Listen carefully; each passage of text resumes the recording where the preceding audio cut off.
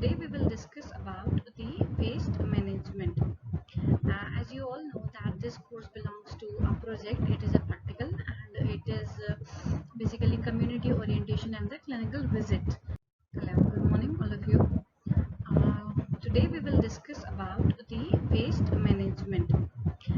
As you all know that this course belongs to a project. It is a practical and it is basically community orientation and the clinical visit. So in this today's lecture we will discuss about the waste management, that what type of different waste are there that has to be managed very intelligently and very in a scientific manner, because there are some of the medical waste and the biological waste which could be harmful for the people or the human environment, so that they should be managed very managed in a proper way. They should be disposed in a proper way, so that they should not harm the life of the humans or the life of the living beings or the environment. So that is why it is very important to manage your biomedical waste and the radiological waste and other type of domestic waste. Waste management is an integral part in the maintaining the environment safety and the humans and the people's safety also. So if we categorize the waste in different categories, the most dangerous one is the radiological waste, but also hospital waste, since in the beginning, as you can see, the hospitals are known for the treatment of the sick persons. So hospital is a place where a person who is sick is being treated. He has some kind of infection, he has some kind of diseases that are being treated in a particular area, which is called as hospital. Aware, or we are unaware about the adverse effect of these garbages which are filled by the microbes or the bacteria or the other biomed or the other hospital waste that can cause harm to the patient's body. And another human or another patient uh, is get infected because of the infection or infectious material used for the different patient. So hospital infections are one of the commonest dangers that are causing a lot of harms and diseases to different people. Like for example, if a patient is being admitted in the hospital, he is getting his treatment. But what if the attendants of other patients who visit the same place get infected because of the infection of the other patient? So that is why the sanitization, the cleanliness of the hospital area, hospital staff and the OPDs and IPDs, it should be the main concern of the hospitals, so that the hospital infection, that the infection should not transmit from patient to other patient or from patient to other people who are coming to the hospital. So what happened? The hospital waste is a potential health hazard which is going to cause a lot of harm to the workers who work there, the hospital staff, the attendants, and the public, and the flora and fauna also, the environment, and other all the people who are around the hospital or who come to the hospital for the regular visit, they got infected, because if the disinfectant is not being done, if the sterilized equipments are not being used, then they can get infection from hospital also. The hospital spreading infection are very common, are very hazardous to the people. So let us discuss some of the definitions of the different types of waste which we have discussed in the previous slides, like hospital waste, biomedical waste, infectious waste. There are different types of waste. You can see that there is hospital waste which belong to the hospital, then biomedical waste, infectious waste, radiological waste, and then domestic waste. So what is hospital waste? How will we define, or how will we understand that what is hospital waste? So let us first understand what is hospital waste actually is. So when we called a waste as a hospital waste, then we mean to say that this belongs to hospital, and all the waste of the hospital will be come under this hospital waste, biological or non-biological. All the waste of the hospital will come under this category, and that has to be discarded, not for the future further uses. Like hospital waste consists of syringes, it consists of gloves, masks, okay, it consists of other equipments which are only for one time use and throw materials. So all these comes under the hospital waste. Then used medicines or used drips, bottles, plastic bottles, saline bottles, used, all these materials should also come under the hospital waste. Then there is biomedical waste. What do you mean by what do we mean by biomedical waste? When we say a term biomedical waste, it means that any of the waste which is being generated during the diagnosis, during the treatment or immunization of the human being as well as the animal, or for the research activities. If we do any kind of research activity, so the waste belong to that particular exercise or experiment will be considered as a biomedical waste. And research activities pertaining thereto or in the production of the testing of the biologicals, mm, biological things and biological materials, also they are categorized as a biomedical waste. Then infectious waste. What do we call as infectious waste? Infectious waste means that those waste which consist of pathogens or microorganisms that are able to cause infections. They are in a sufficient concentration or quantity that they can cause disease. It is hazardous waste. They are the waste from the laboratories or the culture, and also they are the waste from the originating from the infectious patients also. So this comes under the infectious waste. Now you can see the classification of the biomedical waste. So we classify or categorize the biomedical waste into two broad categories. One is hazardous waste, another one is non-hazardous waste. So this is non-hazardous waste, and this one is hazardous waste. So non-hazardous waste consists of 75 to 90% of this biomedical waste, and the hazardous waste consists of 10 to 25% only, but this small percentage can cause a lot of damage if it is not being taken care properly. So under this 10 to 25% of hazardous waste, this is again categorized into infectious and infectious waste and other hazardous waste like radioactive, pressurized, chemical, and the other waste. So again, infectious waste is about 15 to 18%, and the other hazardous waste are 5 to 7%. You can see. So infectious waste consists of the non-sharp materials, then sharp materials like syringes,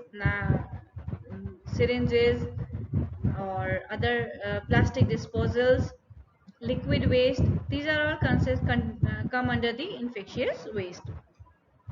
The other type of hazardous waste, it is only 5 to 7%, but still it is very dangerous if anybody get exposed to these type of waste.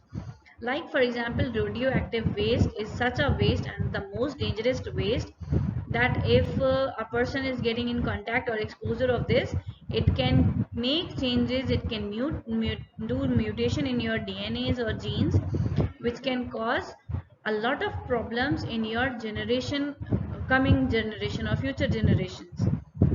So this is the example of the hazardous waste like radioactive waste, then chemical waste, cytotoxic waste, incinerator waste. All these wastes are very dangerous for the human beings or mankind. Now the transportation of the biomedical waste. So after the segregation and collection and storage, the most important thing is transportation and storage of the hospital or biomedical waste. So waste may be temporarily stored at a central storage area of the hospital. Means all the waste of the hospital should be collected at a particular area or in a room. It should be kept in a separate room within the hospital, and in the bulk it should be sent to the final disposal site once or twice a day, depending upon the quantity of the waste.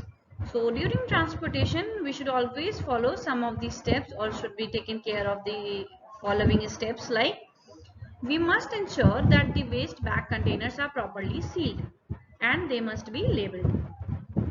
Why? Because when they are being sealed, there should not be a possibility of leakage of the waste, and if the waste get leaked in the public place, it can cause infection to a lot of people. And labeling is important because it should tell you that which waste it is and how hazardous it is. So for the segregation point of view, the labeling of the waste material is very important. After that, we should not fill it completely to the top, so that it should not be picked up easily. We should fill it to the neck again for further handling, and hand should not be put under the bag. At the time only bag should be lifted. The attendant who is attending or keeping the transferring the bags should always wear the PPE kit or the gloves and mask. Manual handling of the waste should be minimized or reduced, because they can cause a needle prick injury and infection, which could be hazardous to the person who is handling the waste management. Biomedical waste should be kept only in a specific storage area, and after the removal of the bag, we should clean the container along with the lid of with the appropriate disinfectant liquid or the spray. Waste bags and containers should be removed from wards, OPD, or even more frequently if needed. So waste bags should be transported and covered, and the covered trolleys should be transported very properly, not in a very easygoing way that the spilling of the waste material is being done. And also, the untreated biomedical waste should not be stored beyond the period of 48 hours. If you are keeping the hospital waste, it should not be kept untreated beyond 48 hours, because it can cause a lot of infection. So disposal of the biomedical waste, which is one of the most important part for the waste management, because all the things depends on this, that how will you dispose the biomedical waste or the waste. So there are different methods for the waste management or disposal, like deep burial, which is one of the most commonest method. Then microwave, sterilization, autoclaving, incineration. So what happened in the deep burial, the biomedical waste comes under the category 1 and 2. They are being done by the deep burial method, and they are being done in the cities which are having the less population, less than 5 lakh, at the rural areas. It should be taken in care concern that they has to be deep buried in only those cities which have this much of population, which would be less than 5 lakh, and the waste material should be under the category of 1 and 2, like human waste or the animal waste. Then autoclaving and the microwave treatment, they are sterilization methods. The standard method for the autoclaving and microwaving are also mentioned in the biomedical waste management and the handling rules, which was given in the 1998, and all the equipments installed shared should be specified, and the categories 3, 4, 6 and 7 should be treated by the microwaving and the autoclaving biomedical waste method, disposal method of the biomedical waste. So here you can see the basic steps for the waste management are: step 1 consists of segregation, collection and storage. Step 2, after that collection and storage, we will do the transportation, and finally we will treat or dispose the waste material. So segregation means basically we will segregate or we will collect the waste material in a particular area. We will segregate the waste material according to the categories, that which type of waste it is and where it has to be and how it has to be treated or disposed of. After the segregation, we will do the collection and storage of the waste material. We should always store the waste material in a closed containers, not in an open container, because the chances of getting spreading of the infection becomes more and more, and probability gets more and more if we keep the waste material in an open environment or in an open container. So what we do is we always keep them in a closed containers. After the collection and storage, we will go for the transportation. We will transfer the waste material from the one place to another for the disposal purpose. And in the end, we will do the treatment, or we will dispose of the waste material. So here you can see the basic steps for the waste management are: step 1 consists of segregation, collection and storage. Step 2, after that collection and storage, we will do the transportation, and finally we will treat or dispose the waste material. So segregation means basically we will segregate, or we will collect the waste material in a particular area. We will segregate the waste material according to the categories, that which type of waste it is and where it has to be and how it has to be treated or disposed of. After the segregation, we will do the collection and storage of the waste material. We should always store the waste material in a closed containers, not in an open container, because the chances of getting spreading of the infection becomes more and more, and probability gets more and more if we keep the waste material in an open environment or in an open container. So what we do is we always keep them in a closed containers. After the collection and storage, we will go for the transportation. We will transfer the waste material from the one place to another for the disposal purpose. And in the end, we will do the treatment, or we will dispose of the waste material. So here you can see the basic steps for the waste management are: step 1 consists of segregation, collection and storage. Step 2, after that collection and storage, we will do the transportation, and finally we will treat or dispose the waste material. So segregation means basically we will segregate, or we will collect the waste material in a particular area. We will segregate the waste material according to the categories, that which type of waste it is and where it has to be and how it has to be treated or disposed of.